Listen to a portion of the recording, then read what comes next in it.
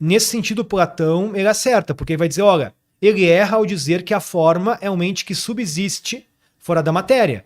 Mas ele acerta ao dizer que cada coisa tem a sua forma inteligível, forma substancial, e isso independe do que nós nomeamos, do que nós falamos, do que nós dizemos. Então, nesse sentido, embora Platão ele não tenha ainda uma compreensão tão certa quanto Aristóteles da realidade das coisas, ele é um grande gênio e ele fala coisas muito, muito valiosas. Então, o idealismo de Platão não é um idealismo subjetivista, é um idealismo ultra-realista. As ideias, elas existem de verdade, independente da mente humana.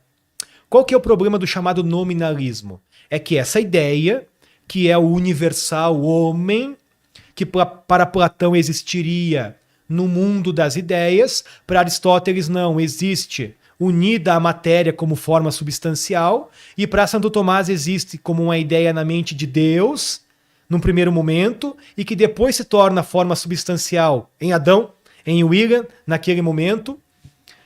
E isso é comum a todos os homens. Embora a ideia seja universal, quando ela informa a matéria, atualiza, ela é individualizada por essa matéria, mas é a mesma.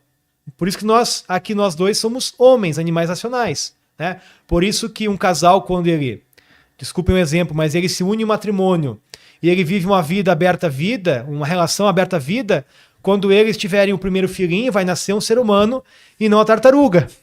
Porque claro. Um dia eu perguntei isso na universidade. Foi para nós um professor, um sacerdote com doutorado na Gregoriana sobre o nominalismo.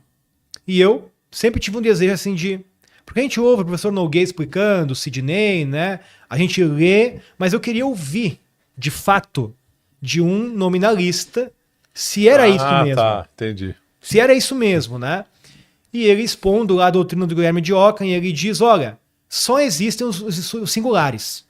Só há esse copo e esse copo aqui. Então ele realmente acreditava nisso. O Ockham, ele estava expondo isso, tá? Isso é a tese de Ockham. Mas ele acreditava nisso? O sacerdote? Isso eu não sei.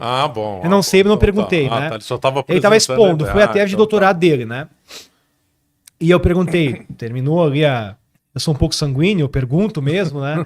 E até para entender mesmo, para não saber, para confirmar, né? Com alguém que é especialista no assunto. Eu perguntei para ele, então, padre, deixa eu entender melhor um pouco essa posição. Para o Guilherme de Ockham não existe, de fato, os universais reais, né? Seja como forma substancial ou como um ente que subsiste em si mesmo. Não existe, né? O que existiria na realidade seriam só os singulares. Eu perguntei para ele isso. E ele, sim, isso é verdade. Mas então, padre, como que a gente pode explicar, por exemplo, que quando cruza uma jacaré com um jacaré, nasce um jacarezinho e não nasce uma tartaruga ou uma jiboia? Ele deu uma risada. Sabe quando a pessoa fica embaraçada? E aí ele disse assim, mas isso é assim, só que o Ockham diz que existe uma certa semelhança, uma similitude. Mas isso não é justamente o universal? Se as coisas participam... Eu fiquei quieto, não... Eu estava ouvindo a resposta dele, né? Mas o que seria essa similitude, essa semelhança? Isso é universal. Claro, ele para tentar dizer, digamos assim, que essa tese leva ao absurdo, né, uma conclusão absurda, o Ockham ele fala dessa semelhança, mas não fala o que seria essa semelhança. Não dá um estatuto ontológico para ela, como aparece em Santo Tomás, mesmo em Platão, né? Então, aqui nós tínhamos já um ambiente subjetivista já. Embora o Ockham, ele... e outra pergunta que eu fiz é como salvar a moralidade humana assim? Será que podemos dizer que existem atos humanos que são bons para todo e qualquer homem, em todos os tempos, em todas as épocas? Por exemplo, essa ideia da felicidade, que eu expliquei antes. Se isso é o que é comum a todo homem, se eu ir contra isto, eu vou poder ser bom?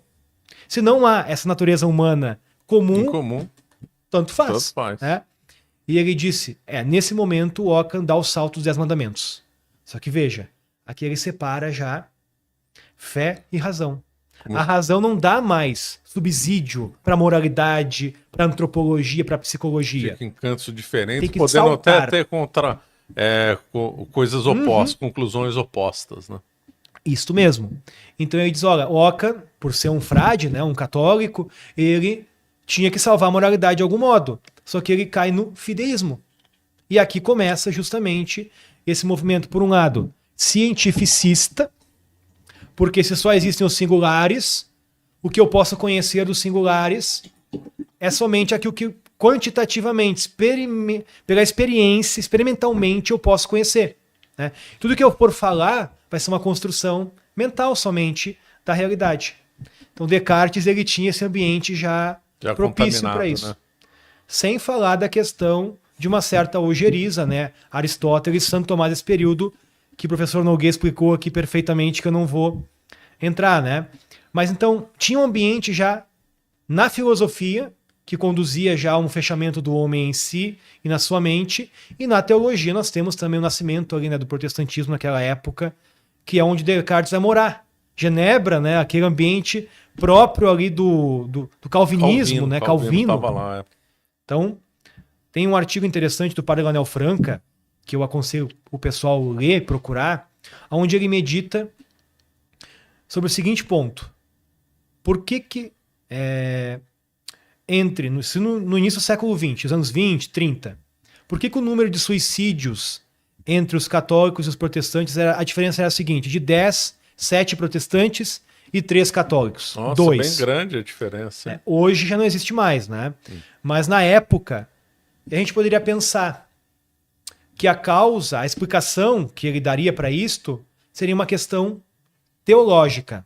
Ele até fala do poder do sacramento da penitência, como você comete algo que é culposo, você vai ao sacerdote, tem absolvição, isso causa uma certa, de fato, psicologicamente também tem um retorno, né? Mas não é o caminho que ele segue. O caminho que ele segue é o caminho filosófico. Ele diz que, embora Descartes fosse um católico, e o pessoal diz que inclusive morreu piedosamente, né?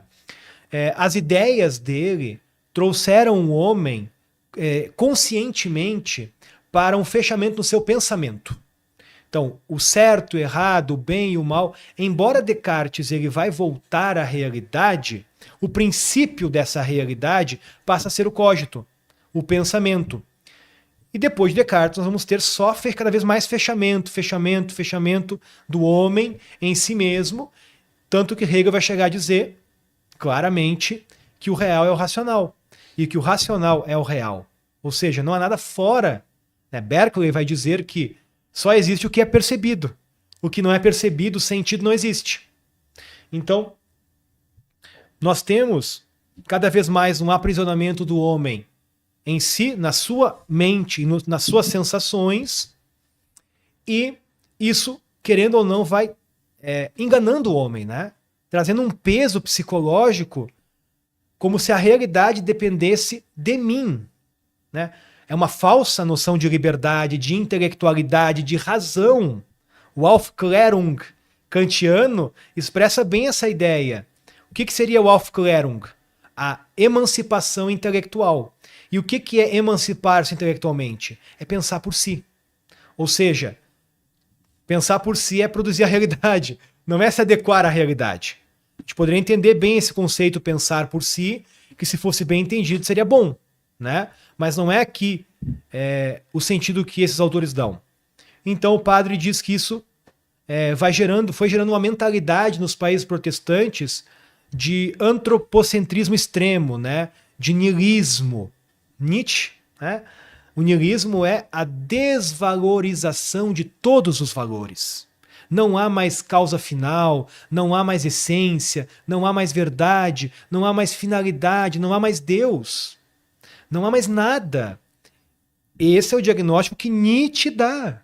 Ele diz na época dele que a visão intelectual da época era essa. Os valores supremos perderam a sua utilidade.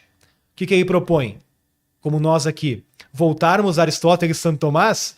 Não. Ele propõe um afundamento maior ainda nessa crise, que é o homem, o Übermenschen, né? O super-homem. Você projetar cada vez mais, segundo a sua vontade de poder, de potência, esses valores. Então, a raiz é filosófica. né? Se você quer entender a bondade de uma psicologia realista, tomista, né, clássica, aristotélica, e as deficiências de uma psicologia e de uma pedagogia atual, você vai ter que chegar a conhecer um pouco bem, dedicar, na minha opinião, aí de uns 3 a 5 anos a estudar essas coisas no ambiente de uma boa filosofia.